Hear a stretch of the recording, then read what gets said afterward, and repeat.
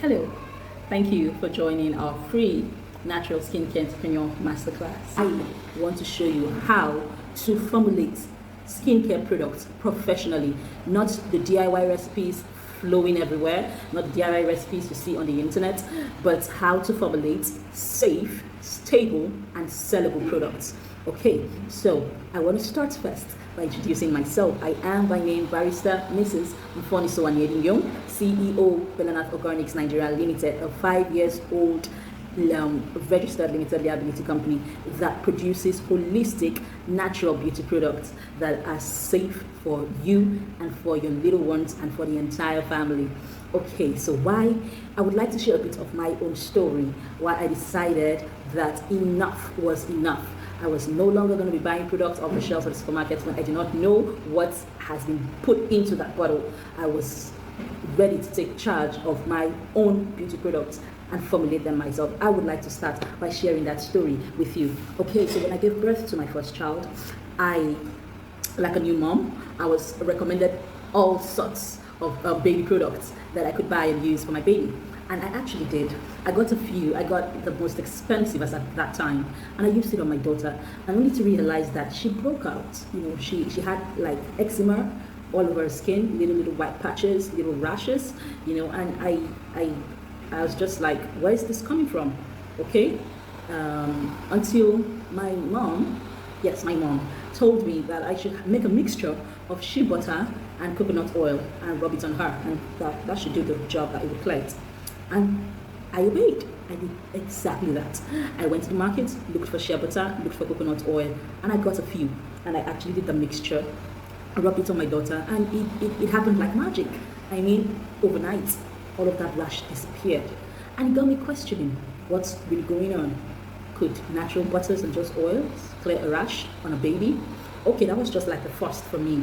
But before that time, I had suffered severe acne for a very, very long time. Yes, almost all of my life before I switched to manufacturing beauty products, I had suffered severe acne on both sides of my face. Practically everything I used, none worked. Absolutely none worked.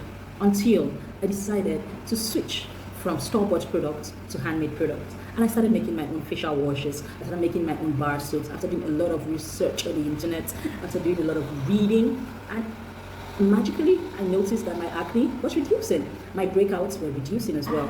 So these two experiences made me realize that nature is beautiful.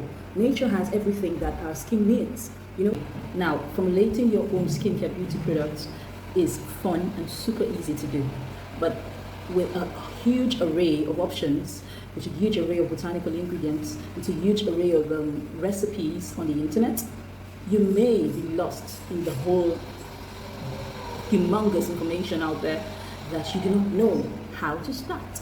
So you need to know what natural means to you. A lot of people mistake natural to mean when you just pick plants and mix it up in the bottom, that means you're making natural products. Some people also think that, for example, when you're formulating a black soap, an African black soap, you throw in some raw eggs, you throw in some chopped carrots, you throw in some pureed pawpaw, you throw in some pureed avocado pear, you throw in some milk, some cow milk, that's a natural soap. No, this is a badly formulated product. Badly formulated product because in the long run, if it is not well preserved with a good broad spectrum preservative, it is going to be a damaging product bottled and sold to customers. And you are going to be in a big problem because when customers use that product and it's not working effectively, they definitely will never return. So it is very important that you're able to formulate professionally safe and stable skincare products, because this is what is going to keep your customers with you for many, many years, and why they will be loyal, because they are able to understand the formulation philosophy. So why do you need to create a formulation philosophy? One, you need to know what natural means to you. What does natural mean? When you're a formulator, you would use an array of ingredients. Some of these ingredients can be naturally derived, such as surfactants, emulsifying waxes, and stearic acid, and a host of others, while some can be purely natural. Some of those purely natural ingredients are like your shea butter, your cocoa butter, and your carrier oils. Now, when you are able to communicate what your brand stands for, that your brand stands for a purely natural or a natural skincare brand, once your customers are able to understand that, and you yourself, you're able to portray your brand with the understanding of what natural means to you, you are sure to take your brand to the world, to the global space. Now, your customers also want to understand why you chose the ingredients that you're using in your formulation. Like I said earlier, gone are the times when customers just want to pick up a bottle and use it on their skin. Now, people want to know why you formulated that product. People want to know why they need to use that product and of what essence, what use, how will it change their skin, how will it change their life. People don't just want to throw away money. People want to be sure that they are getting value. And that all boils down to the ingredients, your ingredients choices. The customers want to know why you chose the ingredient. The customers also want to know why you made that formulation. Is the formulation targeted at their skin problems? Is the formulation going to be able to solve their skin issues? Okay? They want to know. They want to be certain that you know what you're doing and that what they are buying is going to solve whatever skincare problems that they are facing. This is why I have decided to do this free natural skincare formulation course, to show you the basics of how to become a natural skincare entrepreneur, of how to formulate high-end products, not just to be a pro mixer, no, not to go around picking just any recipe you see online and mixing it in a bottle and having your clients and customers complain over and over and over and you're left frustrated. No, I want to teach you how to do this the right way. I'm about to show you how to formulate a natural lotion. Yes, so it's going to be a free formula, a free basic formulation of how you can make your own natural lotion. We're going to be using only 3 ingredients. Yes, only 3 ingredients. With just 3 ingredients, you can make a basic natural lotion that is beautiful and would work for your skin. All right, let's move right into that video. Hello. So just like I said earlier in our previous video, that I'm going to teach you how to formulate a nice natural lotion. This is actually a basic recipe, but it's a fantastic start for how you can formulate your own natural, safe, stable beauty products. And along the course of the 4 days of this masterclass, I'm going to be showing you how you can choose botanical ingredients to add to this emulsion. Yes, we're making lotion, and also how to preserve this naturally. Okay, now let's start first by letting you know what an emulsion is. An emulsion is simply a lotion-like product that combines 2 phases, an oil phase and a water phase. Now, we all know that water and oils do not mix together. The oil is definitely going to float on the water. Okay, so we are going to be making an emulsion that will combine both phases using an emulsifying agent called e-wax. So in this beaker right here, we have emulsifying wax. Now, people tend to confuse beeswax as an emulsifier. If you use beeswax on its own, it will not emulsify your product. You're likely to formulate an unstable product that will separate with time. So beeswax is not an emulsifying agent on its own. Okay, all right, so I'm glad I've been able to clear that fact. So here I told you I'm going to show you how to formulate a natural lotion using just 3 ingredients. So in these 3 beakers, I have our emulsifying wax, I have a carrier oil, carrot oil. Carrot oil is a fantastic oil that is rich in vitamin A. It softens, smoothens, and helps to tone the skin nicely. It's a very, very rich oil, rich in vitamin A, that makes your skin radiant and beautiful. Okay, and then in this other beaker, we have distilled water.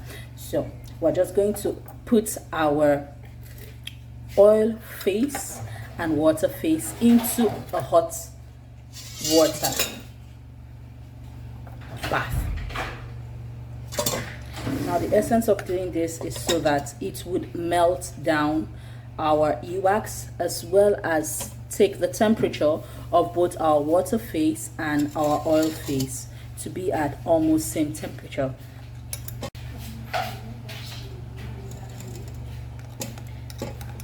Sorry, I had to fast forward the process. Okay, so here we have our melted e-wax in the speaker. Okay, our e-wax right here is melted. I don't know if you can see that. Yes, it's melted. And then we have our carrot oil and our distilled water. So we're just going to take this out of the water bath and continue with making our emulsion. So we'll just set this aside. Okay. So now the next step, we're just going to pour this into the oil phase with the e-wax and your carrier oil and your butters. That's for an advanced formulator, goes into the oil phase.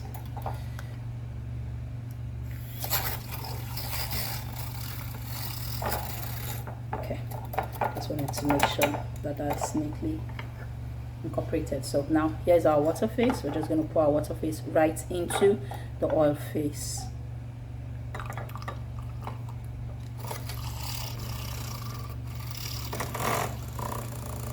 Can you see that magic that just happened?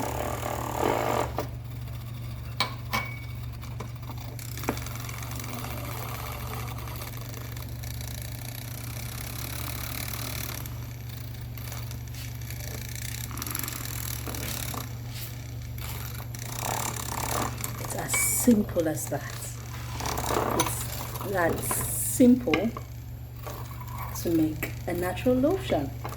Okay, now because this is still very warm, it's going to be liquidy at this stage, but you give it a few hours and it's going to turn thick. Yes, really thick.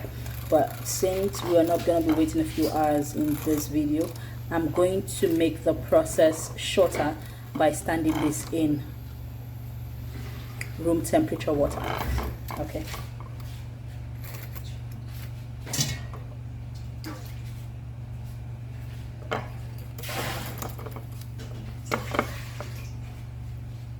Alright, so we have our room temperature water.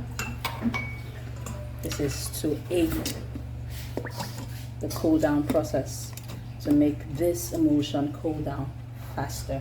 So you see how simple that was to make a natural lotion. It's a very simple process. Now in the course of this masterclass, I'm going to be teaching people how to turn this basic, simple, natural lotion or emulsion into a unique, professional product that will be targeted for the facial skin. Yes, I'm going to be turning this into a nice face cream for the face. Okay, so while we're still waiting for this to cool down, it's actually getting thick already. It's getting thick already.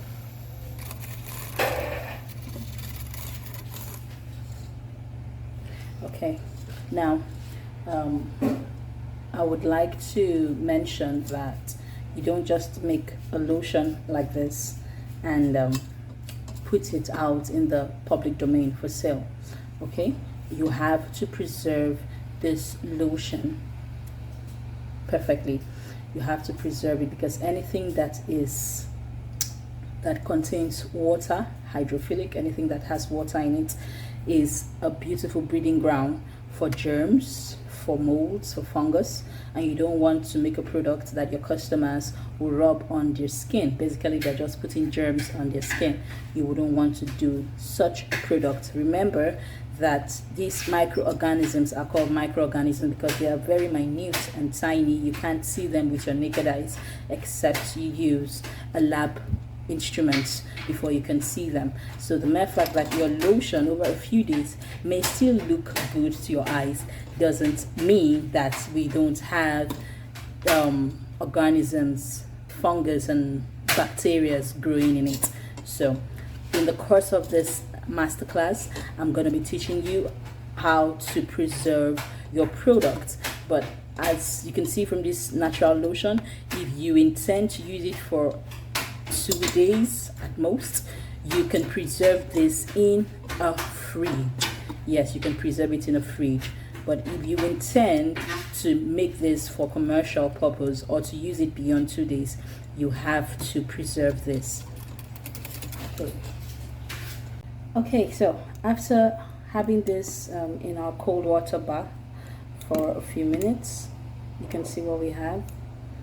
This is the final result of our emulsion, our natural lotion, which in the course of this masterclass we're going to be transforming it into a nice face cream.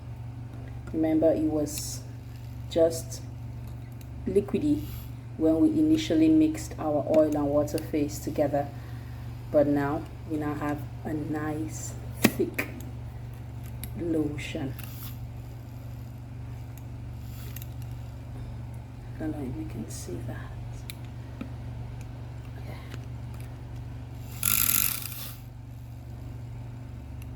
It's really thick and nice, looks like ice cream.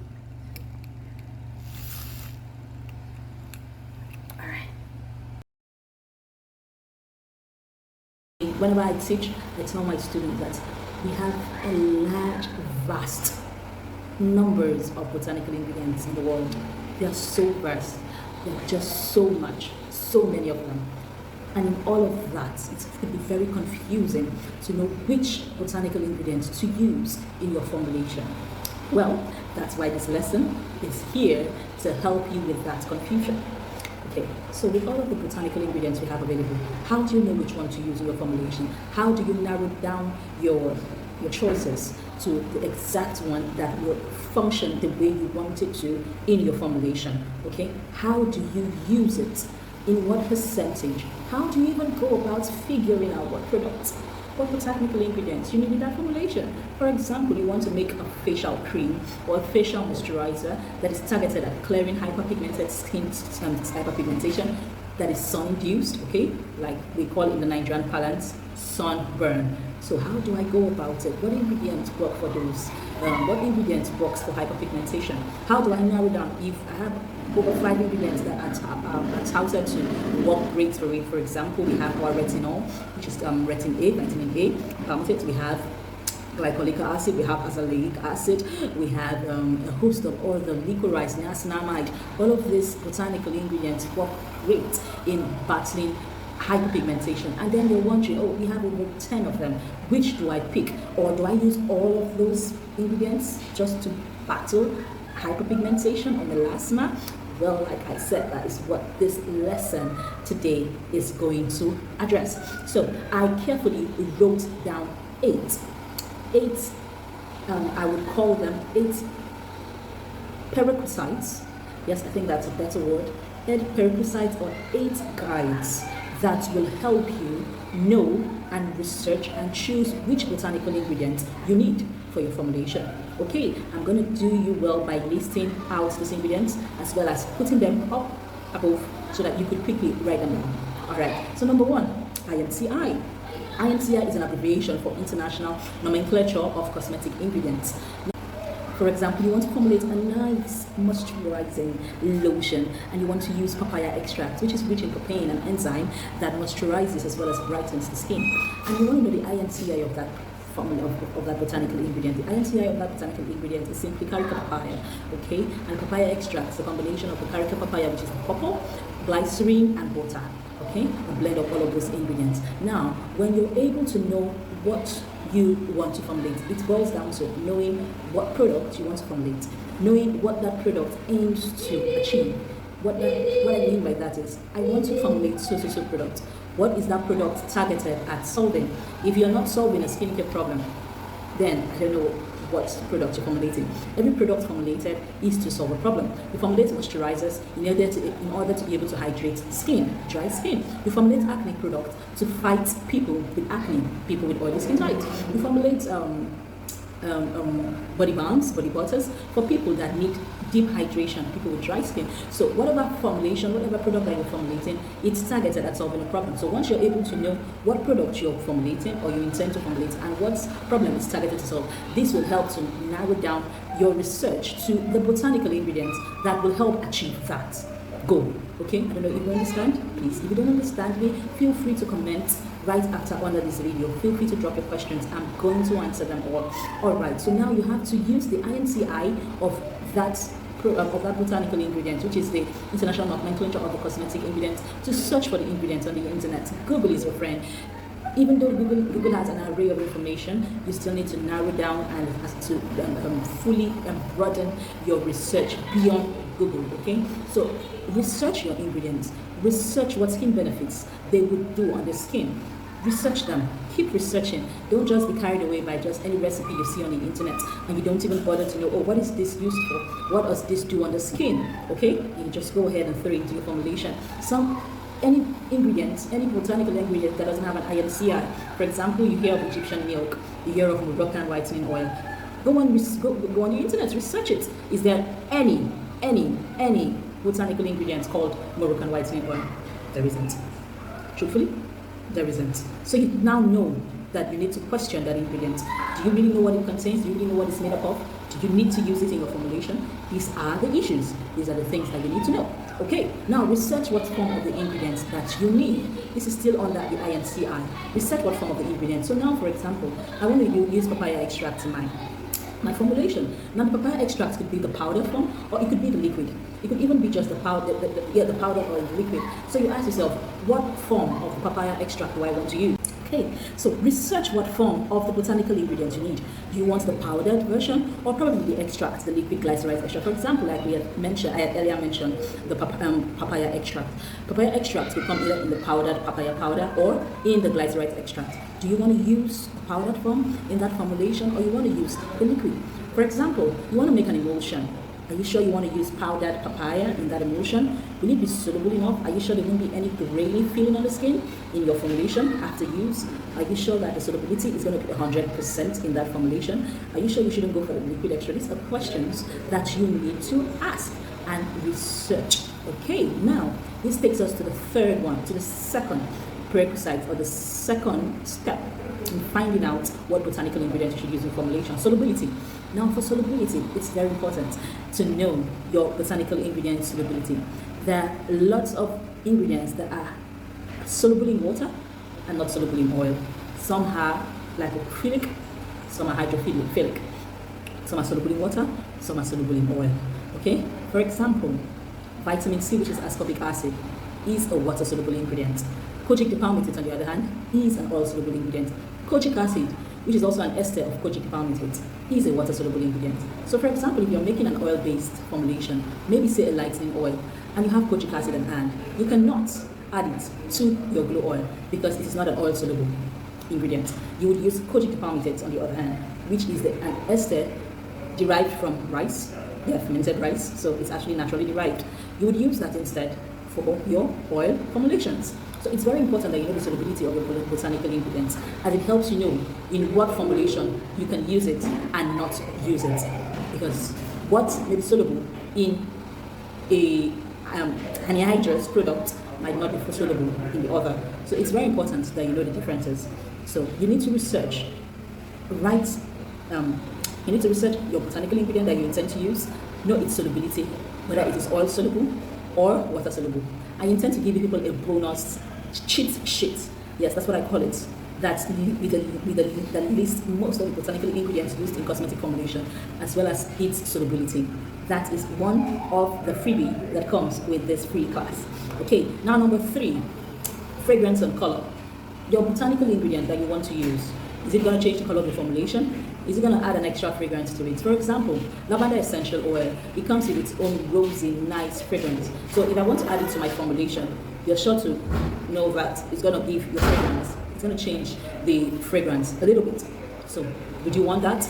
Another oil I've worked pretty well with, which I love very much, but doesn't smell quite nice, is neem oil. A perfect, powerful antibacterial oil, but it doesn't quite smell good in your formulation. So do you want to use it?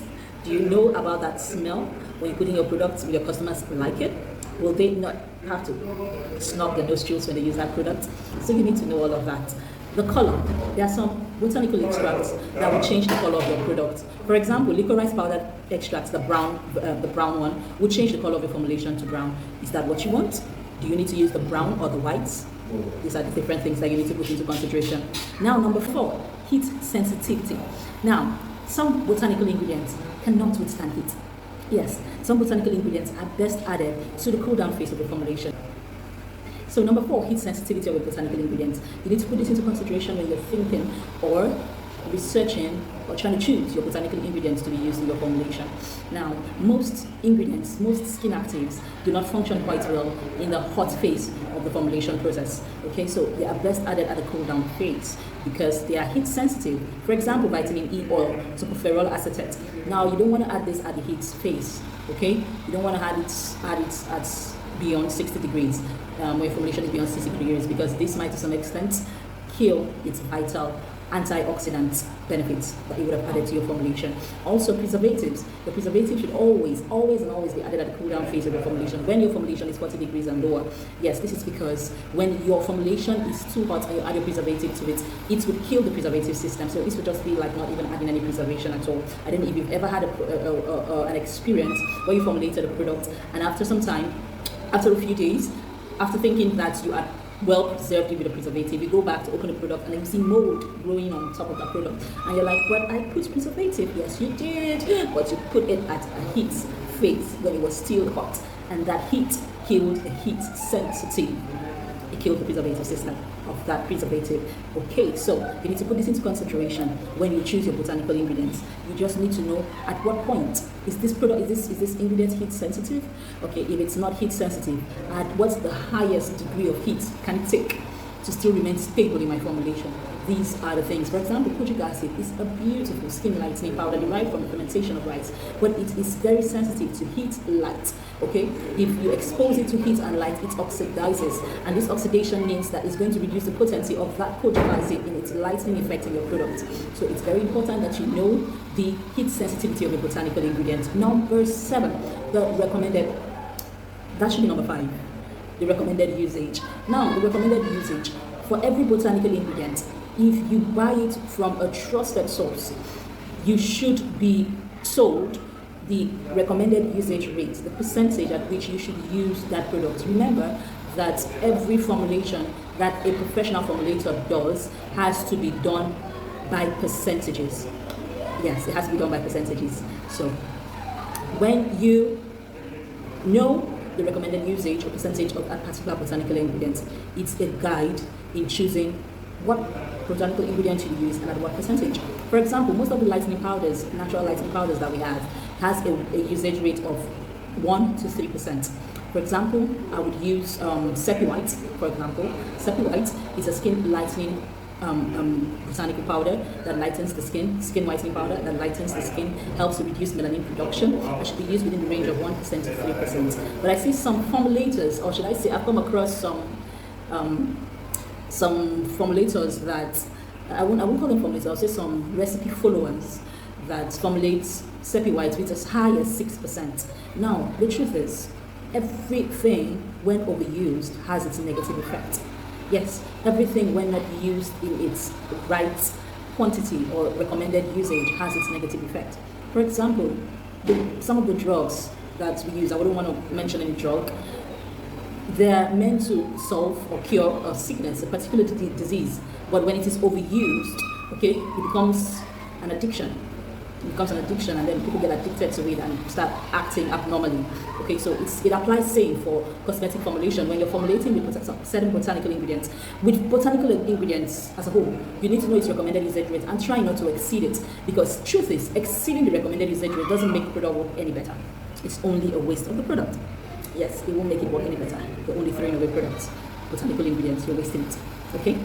All right, now number 6, compatibility with other ingredients. You want to know how compatible that particular botanical ingredient you're choosing is with another ingredient. For example, I always like to make mention of these 2 ingredients, niacinamide, which is vitamin B3, and ascorbic acid. These are 2 unique, powerful ingredients on their own. Niacinamide is a nice brightening ingredient that helps brighten the skin, helps smoothing out fine lines, wrinkles, helps really tone up the skin nicely. Vitamin C, on the other hand, helps to brighten the skin as well. It helps to fight free radicals. Okay, it's a nice antioxidant. They both work great for the skin. So you would just assume that using these 2 ingredients in your formulation will give you an excellent product.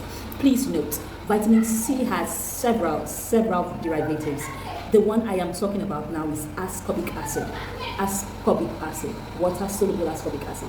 Now, when you use ascorbic acid with niacinamide together in a formulation, it produces what it converts to what is called niacin, which is nicotinic acid. Now, nicotinic acid on your skin causes redness, causes skin redness. So if you had earlier made a formulation, assuming you made a face cream or a body lotion, that you added both those ingredients, vitamins, ascorbic acid, and niacinamide, and you had a client complain that it turned their skin red, it seemed like it was burning their skin, that's exactly the reason. So in as much as these 2 ingredients are great on their own, they are not compatible in your product. This, however, does not mean that you cannot use any other derivative of vitamin C. You can use magnesium ascorbyl phosphate with niacinamide. You can use several other oil-soluble derivatives, derivatives, esters of vitamin C, but ascorbic acid and niacinamide do not work great in your skincare formulation together. They are not compatible. So you need to know this compatibility of that botanical ingredient with the other botanical ingredients you intend to add to your formulation. So I really hope that you have written down these 6. I think there's 6. Yes, we've been able to write down these 6 guides, 6 steps to help you choose and decide on which botanical ingredient you will be using in your formulation. As a professional skincare formulator, you should be able to go beyond just picking any ingredient that you see or just loading your product with thousands of ingredients that you do not even know what they are good for, and they just come into that product and they're confused. They're together in that formula and they're fighting each other.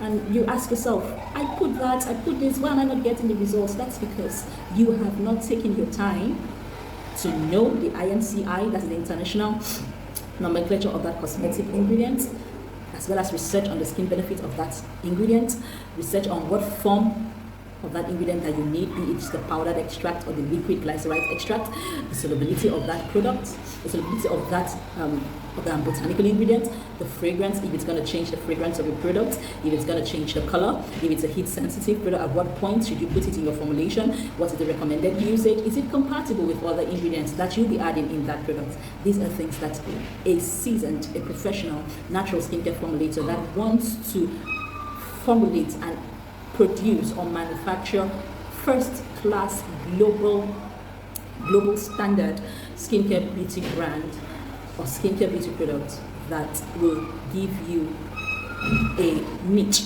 in the skincare industry, you need to know all of this. So I hope in this lesson that I've been able to, at least to some extent, I hope I've been able to break down the steps that you need to follow in order to help guide you on how to choose and research the botanical ingredients that you need for your formulation. See you in the next video, where I am going to be incorporating 2 botanical ingredients in our earlier emulsion that we formulated. Yes, that emulsion that we formulated, that basic natural lotion that we formulated, we are going to be owning it as ours and turning it into a nice facial cream.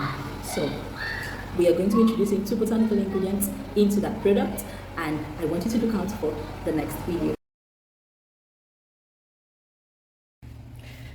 Hello everyone. Okay, so in this video, just like I said in my previous video, we are going to be transforming our natural lotion Yes, our natural lotion that we did in the first lesson, are going to be transforming it into a nice face cream, a unique face cream. Now, what is going to make it unique? It's the additives, the botanical ingredients that we'll be adding to this.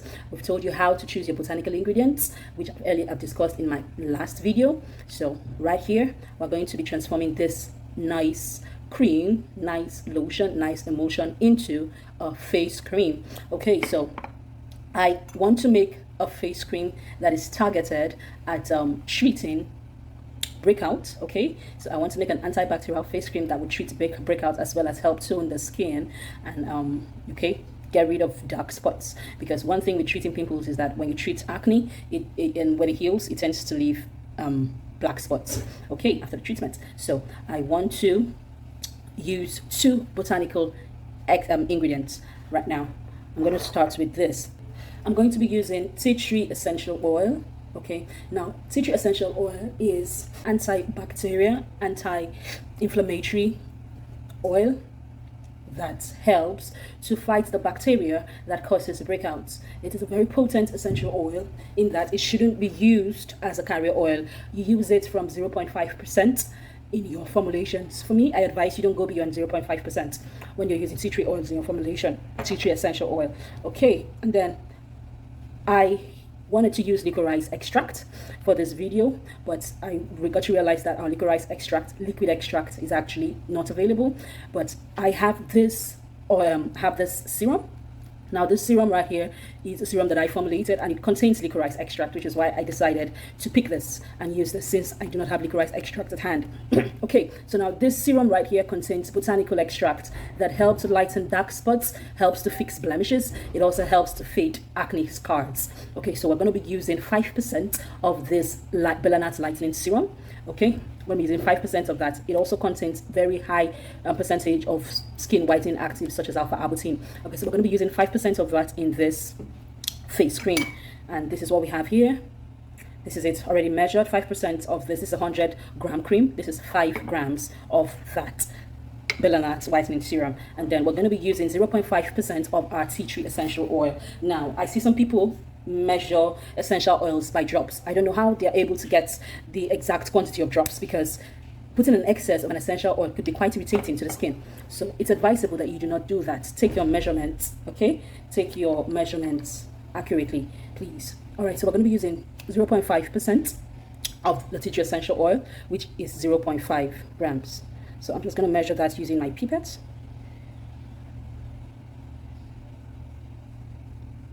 All right, that's 0.5.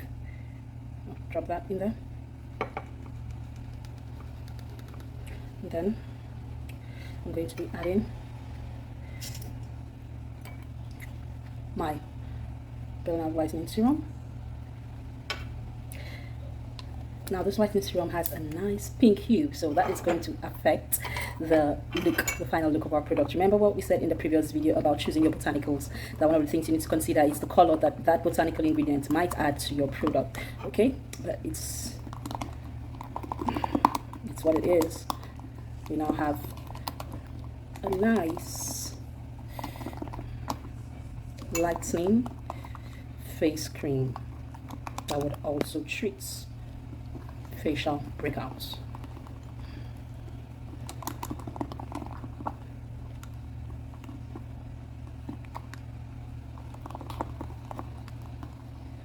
Now, I do not like to fragrance facial products because fragrances are synthetically produced. So, and for people with very sensitive skin, this could cause them to, they could be really sensitive and have an adverse reaction to synthetic fragrances. So I usually prefer to fragrance my facial products using naturally derived botanical ingredients, like the tea tree oil, for example. It has this nutty earthly scent to it. So that's how this facial product smells like right now. Okay, which is just perfect. Now, if you would love it to smell nicer, you could use lavender, you could use geranium, you could use frankincense essential oil in place of the synthetic fragrances. It would give your facial product or your natural skincare formulations a nice scent. All right, a nice fragrance. All right, I hope you enjoyed this. See you in the next video. Bye.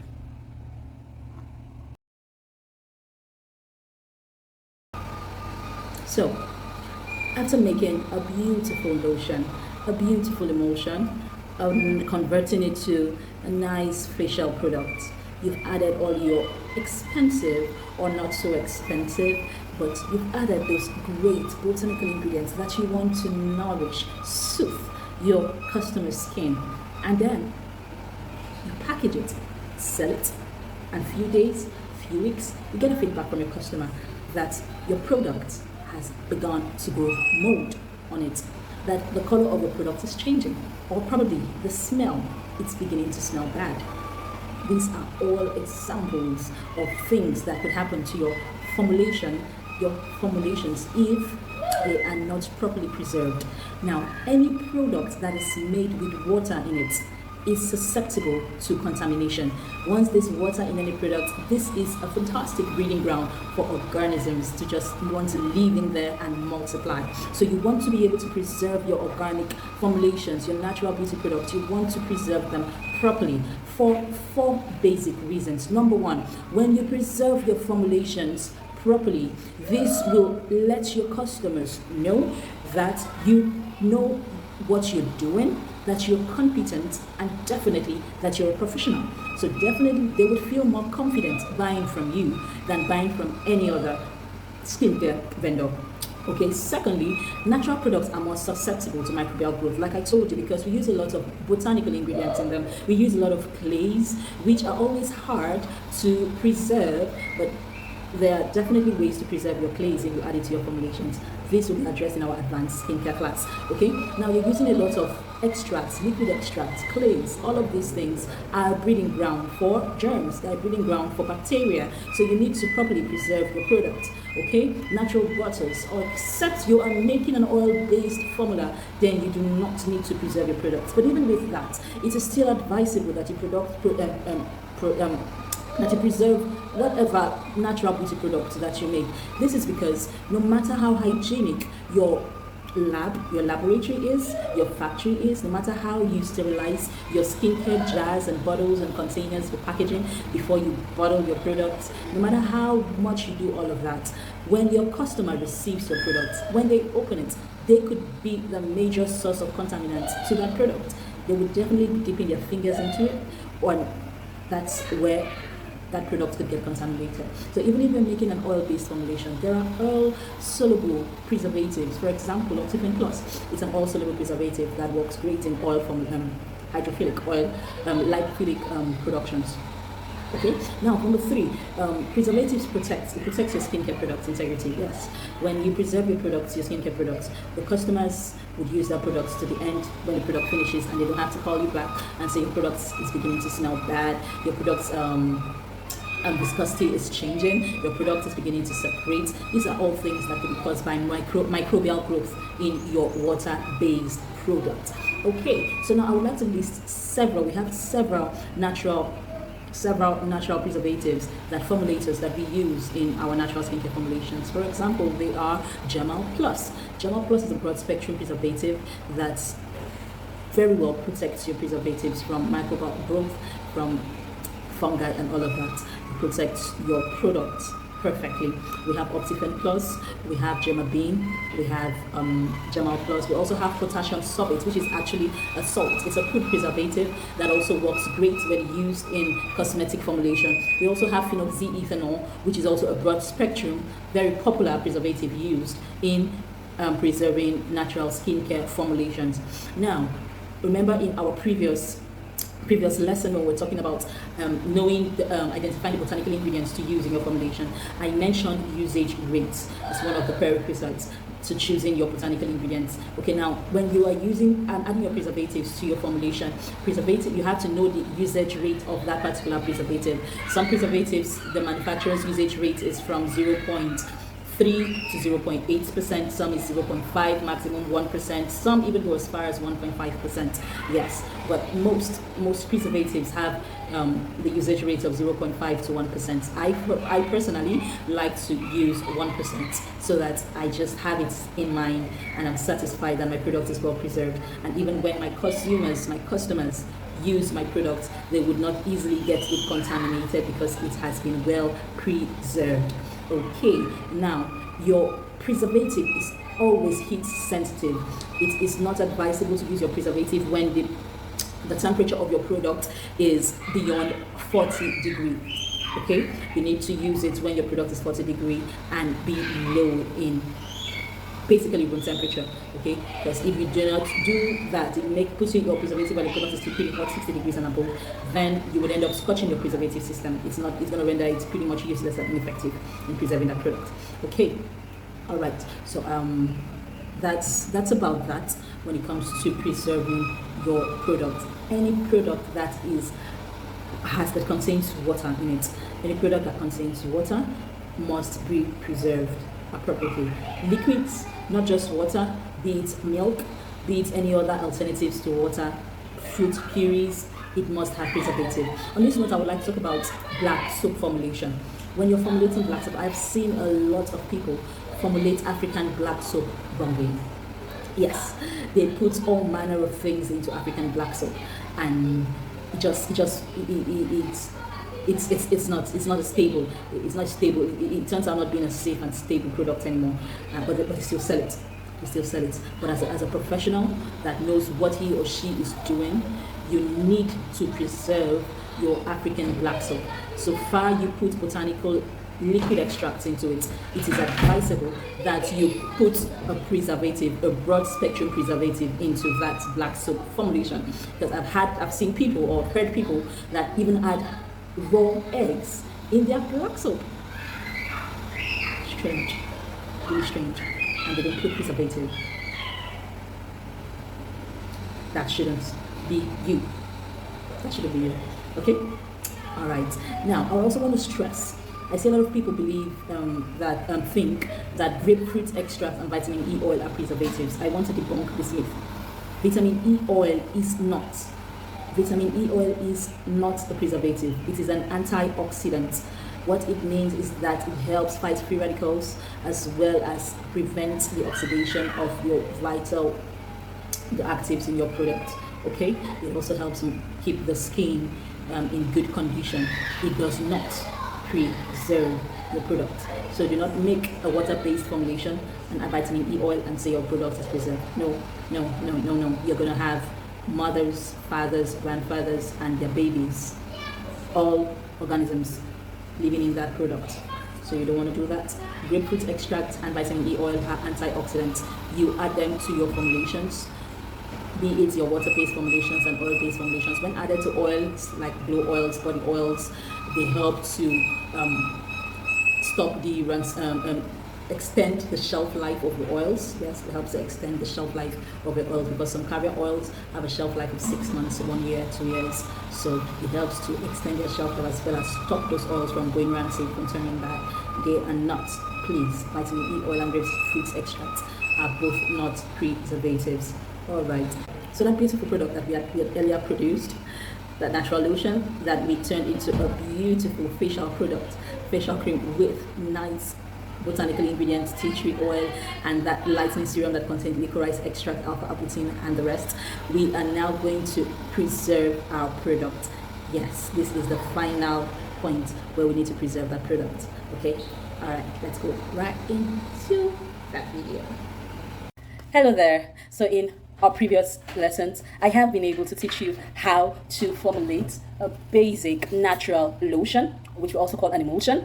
And I've also gone as far as showing you how to choose the right botanical ingredients. And we turned that basic natural lotion into a nice face cream loaded with a rich botanical extract that contains licorice extract, that contains natural actives like alpha-arbutin in a form of a lightening serum, which we added at 5%. We also added tea tree essential oil, which is known for its antibacterial benefits, skin benefits for the skin. Okay, and now to this final phase, we need to make sure that this product is not only nicely formulated, but that it is safe, stable, and sellable.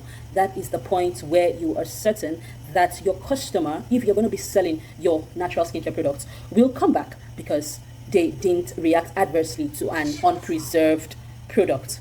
Okay, so in our previous video, I've told you different kinds of natural preservatives that we have. We have Gemma Bean, we have Jamal Plus, we have Optifan, we have potassium sorbate. But today, I'm going to be using Gemal Plus. Now, Gemal Plus is a broad spectrum preservative that is perfect for this formulation. When I mean broad spectrum, I mean that it will guard your product from mold and fungus, from all germs attacking it. Because, like I rightly said in the previous video, any product that is hydrophobic, that contains water, must be preserved with preservative.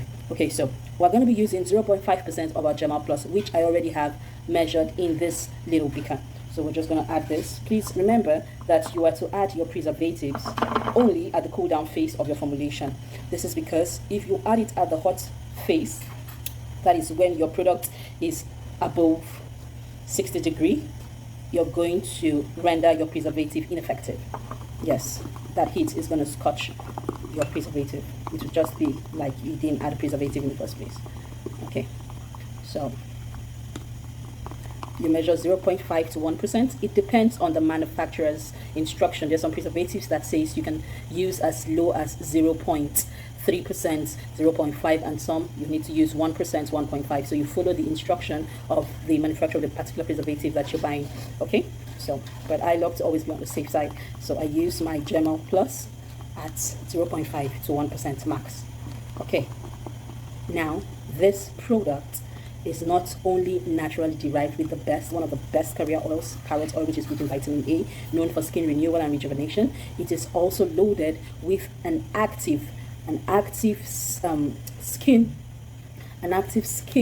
lightening serum that is loaded with natural actives such as licorice extract, alpha-arbutin, targeted at depigmenting hyperpigmented skin that has been exposed to the sun or caused by acne scars. Okay, so now, and it is also well preserved. All right, I hope you enjoyed this free natural skincare masterclass. I trust that for you, having watched this masterclass from the start to the finish, that you may have tried formulating your beauty products by yourself, or you intend doing so. And I want to believe that by now you have realized that formulating or creating your own natural beauty products all by yourself without the much needed knowledge and assistance, it's quite a difficult task. Yes, it's just like a trial and error session. So this is why I am giving you an opportunity to learn how to professionally formulate beauty products that are natural, safe, stable, and sellable. Okay, natural beauty products that are super effective, that actually work. So I'm introducing you to Belanath Skincare Academy, which is currently enrolling students into their advanced natural cosmetic science course. This is an all-video class that you are sure to benefit so much from. With that course, you can confidently start formulating natural beauty products and start up your own natural skincare brand. Isn't that amazing? So I'm going to be putting that link below where you can click and learn more about this course and how to sign up. Cheers.